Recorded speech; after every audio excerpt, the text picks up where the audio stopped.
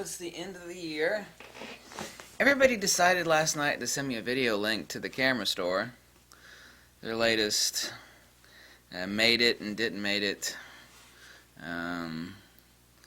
Picks of the year for lenses and cameras and whatnot. They seem like decent fellows. I got tons of comments of people telling me, hey, these guys came to the same conclusion you did. Especially about the Nikon D500 and the Fuji X-T2. The same thing on the 70 to 200 2.8, the new Nikkor, which is radically expensive, which my wallet is still screaming from the purchase thereof. Additionally, and thank God I was the first person to do the reviews on both the Fuji X-T2 and the Nikon D500 and the 70 to 200 to 2.8, first person to do video reviews of those with production versions. Some people had pre-production XT2, so I wasn't the first person to make videos of those, but those were Fuji-sponsored shooters, and those are pre-production, so. Additionally, on the Nikon D500, the only camera that ranked worst on their video review was some little thing called a Yi, some little like new startup company. So basically, if you exclude that, whatever the hell it is, piece of junk, which made their worst camera, then the Nikon D5 was the worst. I was the first person to make some reviews on the commercial version of the Nikon D5, and you all raked me over the damn coals because I said, this thing sucks. I mean, I'm canceling my pre-order for the D5. This thing's performance is horrible. The autofocus is not that amazing. The only thing the Nikon D5 has over the Nikon D500 is insane high ISO performance. While it does have a dual processor for autofocus tracking, realistically, with extensive use of the Nikon D5, even though I didn't purchase same, it was not impressive over the Nikon D500 at all. In fact, the Nikon D500 has tighter pixel pitch, since they're both 20 megapixel sensors than the Nikon D5, understandably so. But also the Nikon D5 has an optical low-pass filter on it, so the Nikon D5 is a loser, and Nikon really screwed up. And so I watched the first other camera video reviewer video that I've actually ever watched in full.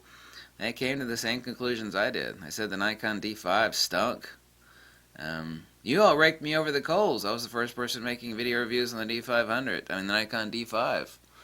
And you also everybody raked me over the coals when I said, and I was the first person to get. I thought there would be other people. So I know Nikon was watching. I know they were watching. They wanted to know, who the hell is going to be dropping the first videos on the Nikon D500. And I was, and I made a lot of videos on the Nikon D500, just boom, boom, boom, straight out of the gate before anybody else.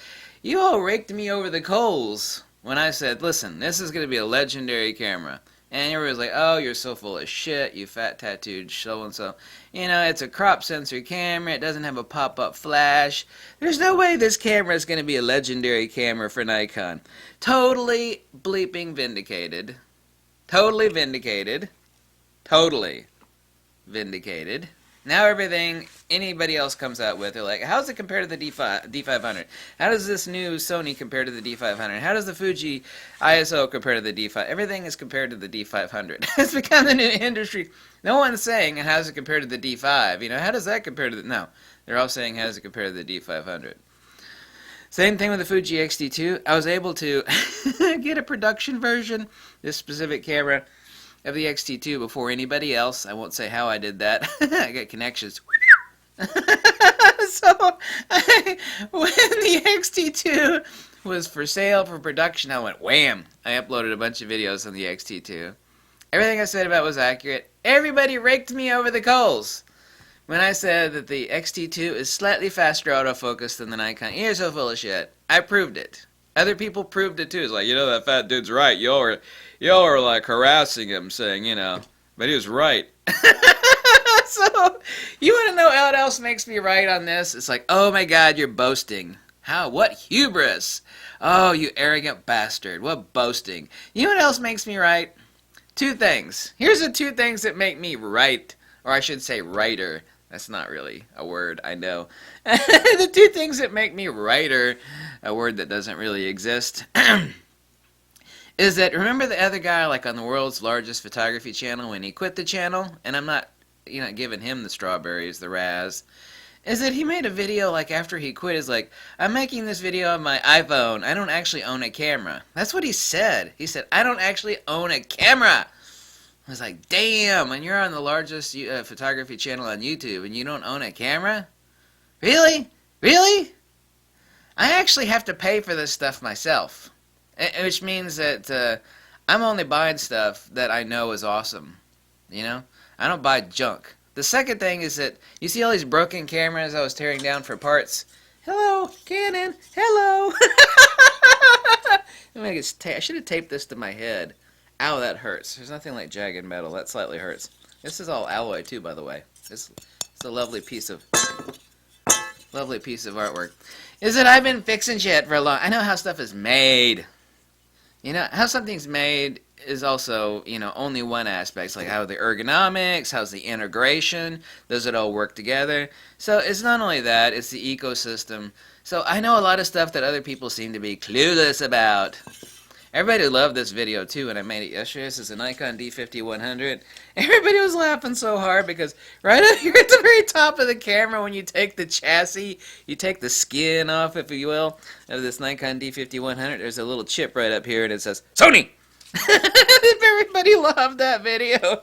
And I was like, here we got a Nikon camera and right at the top of it is a big chip that says, Sony! People love that. And it's true, this is a D50-100. I stick my finger in there. Hello, I'm an Nikon D50-100, and a bunch of Sony parts are in me. Actually, the Sony parts aren't in you anymore because I have, I have your sensor right there. I've stolen your sensor, which would normally fit right there. So here's two things I screwed up on, since you're thinking that I'm totally like egotistical and like bragging that I got everything right and was totally vindicated and everybody else has agreed. And I can't say that I followed anybody. It's like somebody made a video like about the D500 first and I just copied them. No, I was the first person doing video reviews on the D500. I was the first person doing video reviews on the XT2 commercial version anyway. Instead of like pre-production, Fuji puppets, people that were, hardcore connect. You can't trust a review like that. First person doing video review of the 200 to 70 to 200 2.8 Nikkor. Yep. So I can't say that I was following anybody since I was the first. Here's a couple things I screwed up on. I got so many lenses when that Nikkor to 200 to 500 came out. Everybody's like, oh, you need to try that lens. And I was like, I'm going to try it, And it was a good price. Really good price, actually. So I held off forever on buying or testing the new 200 to 500 Nikkor. And that was a mistake, Admittedly, that was a mistake. The very last lens for me to test from Fuji was the 16mm f1.4. Turns out it's their best lens. And I procrastinated. Like, people say, you need to try the 16mm Fuji. It's like, So I screwed up on those two fronts. Yes, I did. I procrastinated on the 200 to 500 testing. Yeah, and the 16mm Fuji, I procrastinated on that. But the thing that I got the most flack for 2016 is the things that I was totally proven right on, okay? And it's undeniable. D500, everybody gave me, oh, you're so full of shit, that legendary DX camera, you're so full of crap. Totally proven right. XT2 was like, oh, there's no way that thing's focusing a wee bit faster than the Nikon D500. It's nowhere near as good. Totally proven right. Said that the Nikon D5 is a turd. Turd bunky. It just sucks. It's no good. No. Bad Nikon D5. Totally proven right. Nobody talks about the Nikon D5. A lot of people have said, I bought that camera and I traded it back in. I got a D500 and I'm so happy now. For a lot less money, this is a lot better camera. A lot better camera. The only thing the Nikon D5 has is insane high ISO. It has the worst dynamic range at low ISO of any camera, any Nikon camera ever, basically. Even the camera store was right to point that out again at the end of this year, saying that The Nikon D3300 has better dynamic range. A chintzy little dinky camera. A dinky Nikon has better dynamic range than the Nikon D5 does at low ISO. I pointed all that stuff out. Oh, you're so full of crap. That's Nikon flagship camera. It's gotta be the best. I was like, no, it isn't. No. So, for the year 2016, I am vindicated. Oh, you're just boasting, you egotistical bastard.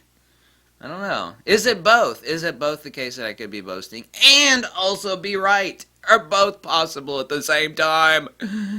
Are they mutually exclusive? You know, you can't both be right and boast at the same...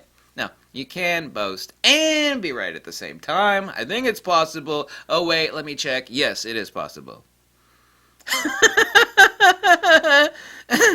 And let me point out again to you, let me point out again to you while I wiggle my glasses, that I actually buy this stuff, you know? I don't get donated, I don't get it borrowed. I got a couple lenses borrowed to me, but I had to buy all this stuff. Other people are just like messing with it for a few days.